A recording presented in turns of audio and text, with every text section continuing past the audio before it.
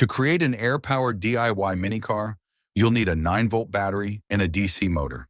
Begin by securing the DC motor onto the 9-volt battery using double-sided tape.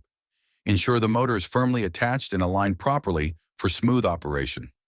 This setup forms the base of your mini car, combining power and propulsion in a compact design. The next step is to solder a 9-volt battery connector to the DC motor. Carefully connect the positive and negative wires of the connector to the corresponding terminals of the motor. Ensure the solder joints are secure and clean to maintain a reliable electrical connection. This step will enable the battery to power the motor effectively, driving your DIY mini car. Next, you'll need to attach 2 small pieces of plastic straw to the battery. Cut the straws to a length equal to the width of the 9-volt battery, ensuring they are just wide enough to serve as axles for your mini car. Securely paste these straw pieces onto the underside of the battery using a hot glue gun. Once the straws are in place, insert 2 toothpicks through the straws, ensuring they fit snugly and rotate freely.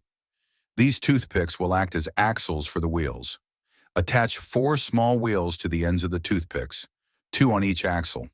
You can use lightweight wheels from toy cars or craft your own from materials like bottle caps or cardboard. Finally, attach the propeller to the shaft of the DC motor. Make sure the propeller is securely fixed and spins freely when the motor is powered. This propeller will generate the thrust needed to move your mini car forward. Now your air-powered mini car is ready. Simply connect the 9-volt battery connector to the battery terminals, and the DC motor will start spinning the propeller.